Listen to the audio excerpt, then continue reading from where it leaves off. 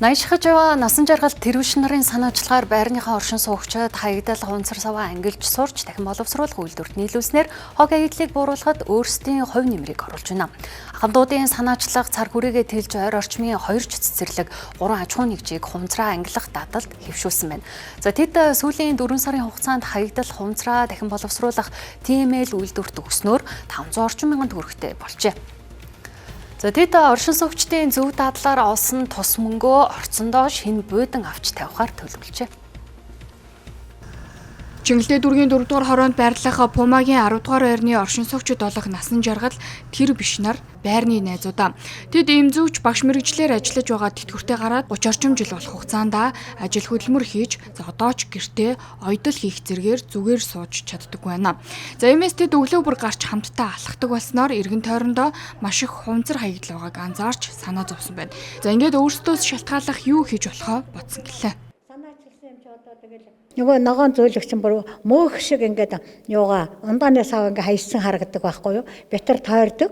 Тэгэл хоёулаа ярьдаг байхгүй юу? Гэхдээ энэ их хумцруудыг одоо яана энэ хүүхдүүдийг яана энэ хумцруудыг янзлах юмсан гэж боддог байсан. Тэгээ зарим үед бүр битэрч очоод нэг нь хогийн нэг нь хумцрын төвжээс удаави. Гэтэл нэг өдөр зураг тавьдаа суужсэн чинь ийм үйлдвэр байдаг юм байна. Хумцрыг боловсруулдаг. Тэгээ тэр үйлдвэр рүү яриад, уцаар яриад сонирхоод асуусан чинь манайхаа юм үйлдвэр байдаг. Улсуудтай очиод байгууллага улсуудтай гэрээ хийгээд тэгээд сав суулгаа өгөөд очиод авдаг гэсэн байхгүй юу. Тэр нь бол битэд айгүй их таалагдсан. 10 дугаар байрны тухайд 60 айлтайгаас 50% нь гадаад иргэн оюутан түрээслэн судаг байна. Иймээс тэд оршин суугчдад хандсан уриалгаа хүүхдэрээ англиар бичүүлж давхар наажээ. Тэгсэн чи харин 30 мянган төгрөг ороод ирсэн баг. Хүүе энэ чи мөнгө орж ирдэг юм байна. Ямар сайхан.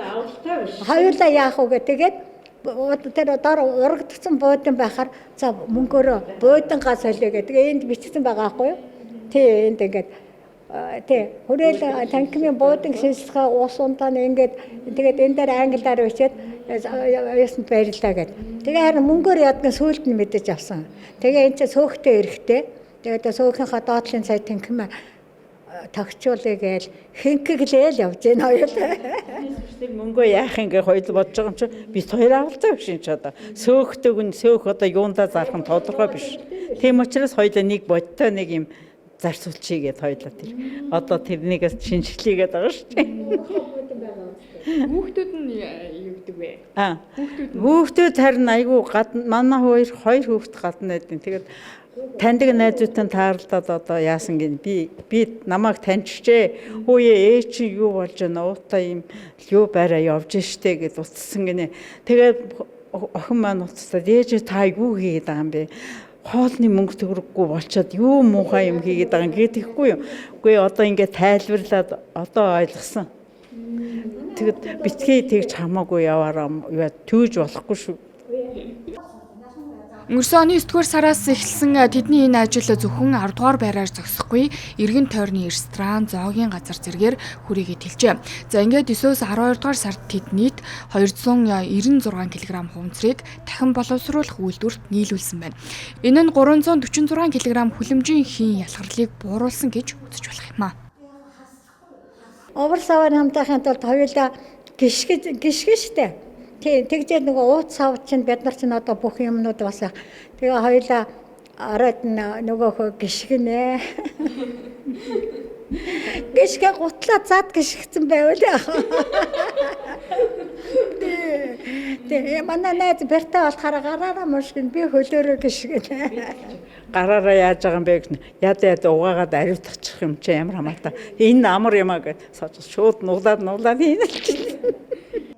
Монгол улс нэг хүнд ноогдох хуванцар хаягдлын хэмжээгээр дэлхийд 9-дүгээрт жигсэж байна. Тодорхойлбол жилд улсын хэмжээнд 18 мянган тонн хуванцар хаягдал гарч байна.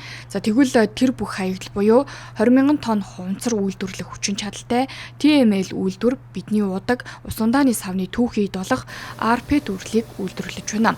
За иймээс хаягдал хуванцараа цуглуулж мөнгө олгон байгаль орчинд ээлтэй сонголт хийх боломж хэн бүхний өмнө нээлттэй байна.